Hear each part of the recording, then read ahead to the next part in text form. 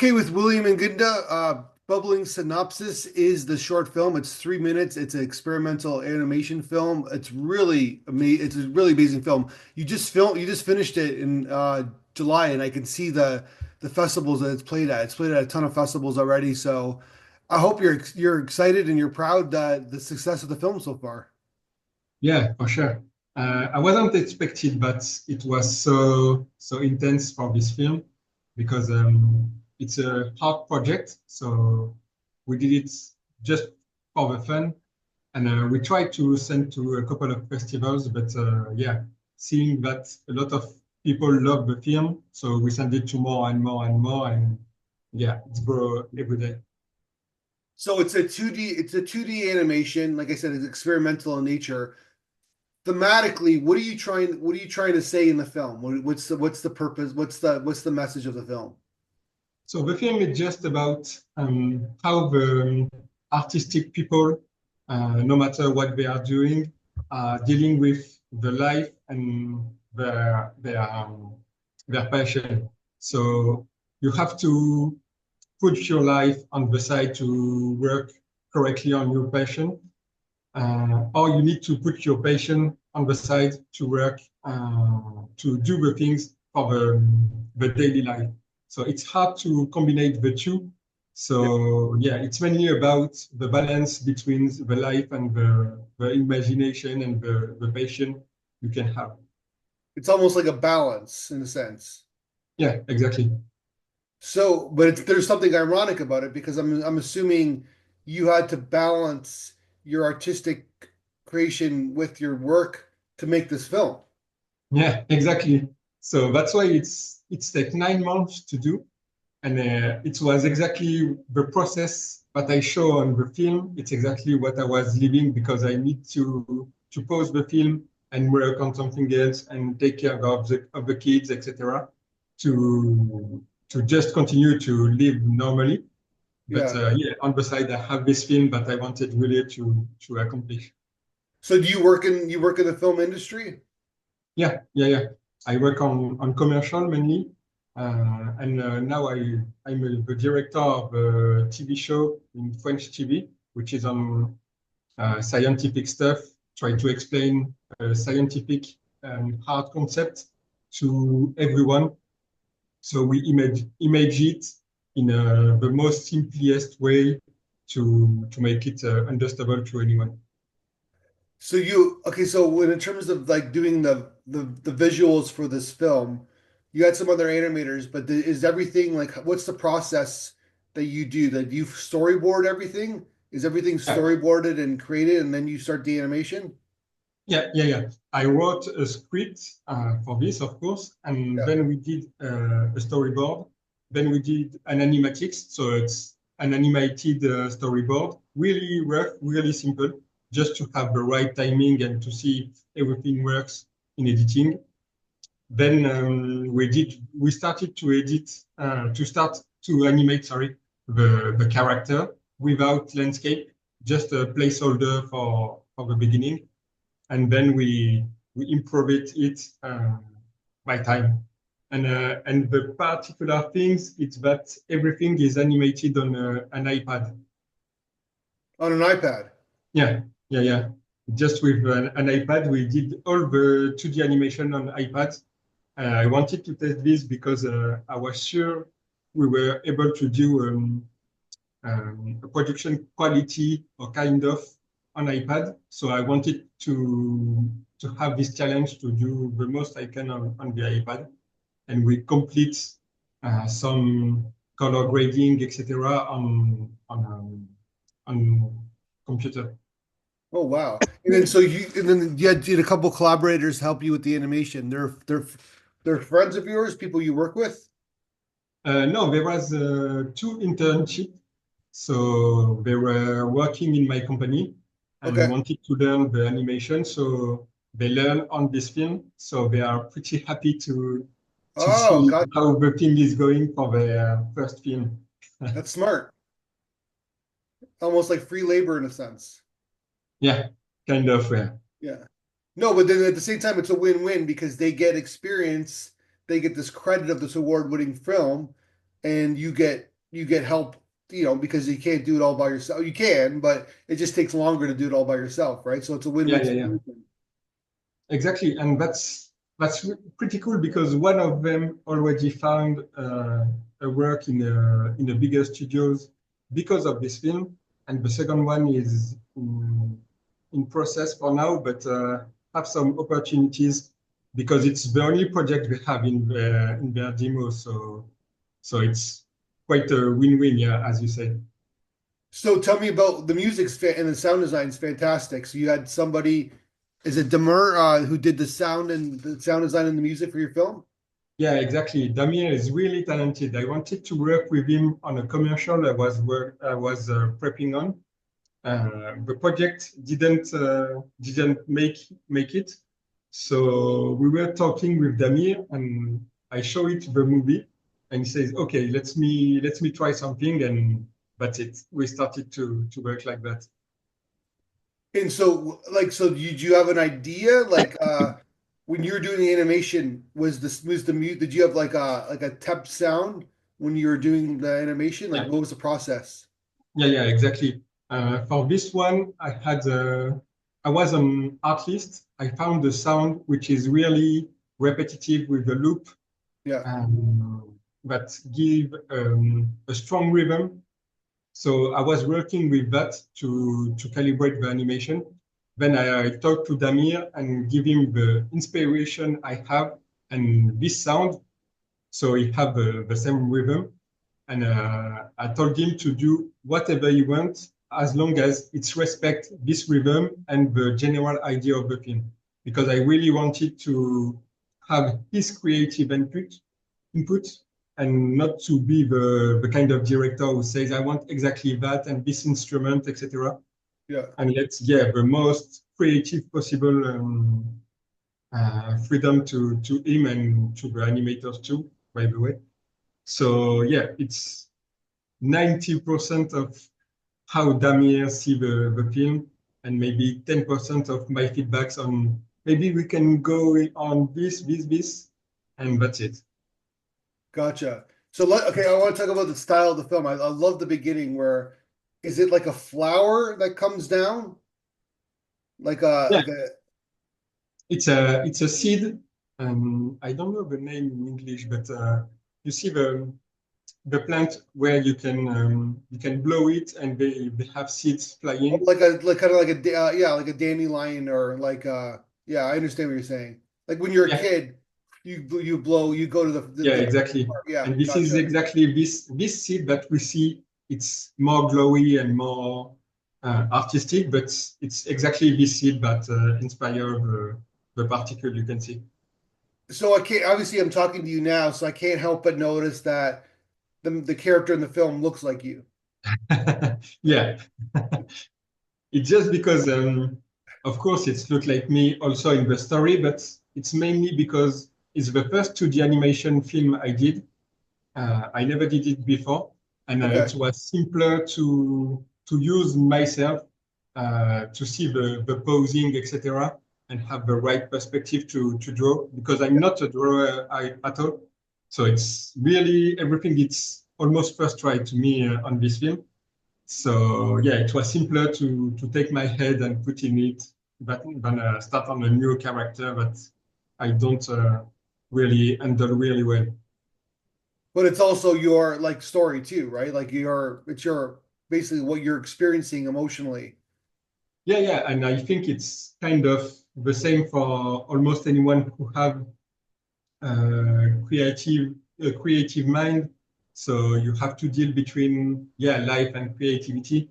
So it can be anyone, I guess, but yeah, of course, I'm quite concerned by this one. So you like the beginning is like so showing what your character like he's spinning a kind of like it's a basketball, but it's a kind of creation. He's like Yeah, cooking, he's like vacuuming, he's like trying to do all the domestic responsibilities, kind of like organize his life while trying to be creative, while trying to make money, while trying to have relationships.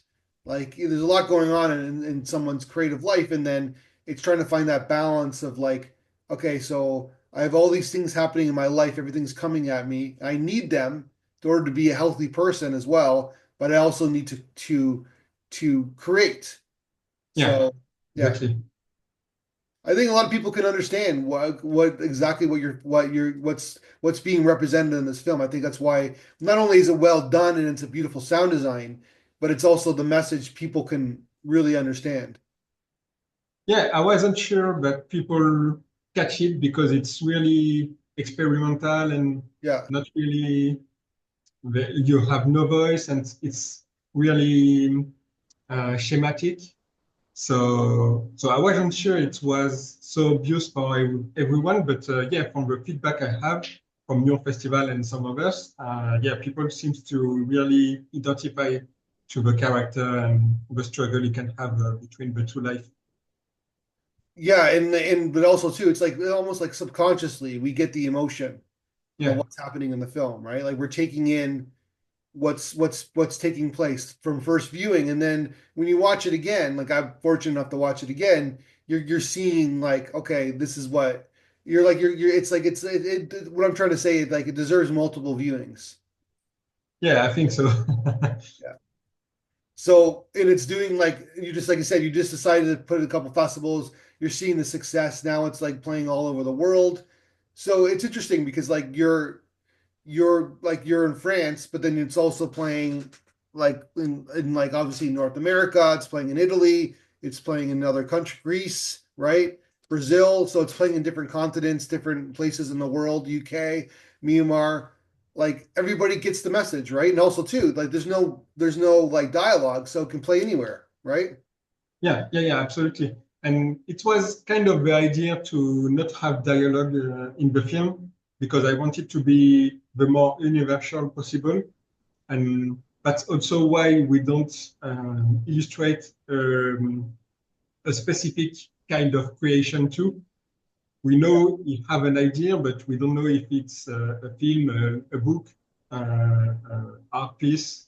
We don't know what it is at all, and it's voluntary to yeah to stay the more global we can and touch the more people possible in a creative way.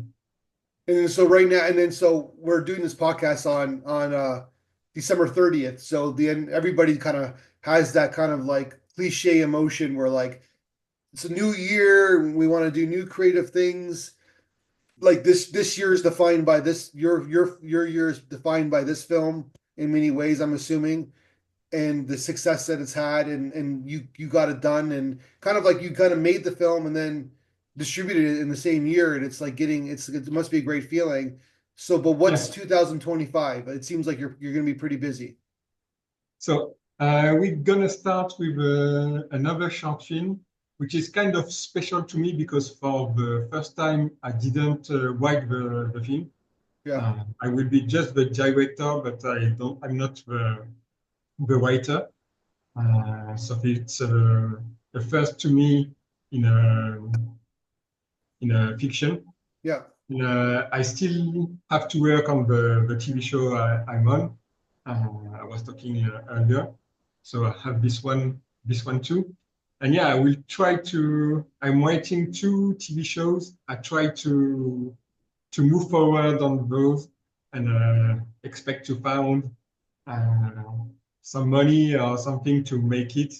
So yeah, a lot of writing and directing this year because I also do 3D animation and visual effects. It's Yeah. my main work. But on this year, yeah, it seems to be really more on the directing things. So sounds good. That's amazing. And you said you're going to do another short film as well? Yeah, yeah, yeah. If everything goes well, we're gonna start it in March, around March, and it's a live action this time, and it's more on a social things, so more disabled people and how the society put them on the side, etc. So you just mentioned that you do mostly work 3D animation. What motivated you to do 2D animation with this film? It's just the fact that I never did it before, Okay. and I have kind of a vision of the film before starting it, and I was thinking that it can be interesting to do it in 2D. So I started to search how I can do it. Do I use AI or not? So I choose to not use it. How can I do it the better I can and the most simpler too? So that's why I founded the iPad solution. So yeah, it was the most simplest to me because the software is really not expensive. It's like $50 or something. So it's almost all it costs to make a film in 2D. You can do it with an iPad and $50 apps. So you just mentioned AI. So what's as we go into 2025, obviously people are submitting AI animation to me to our festivals. What's your feeling on that on using AI for animation?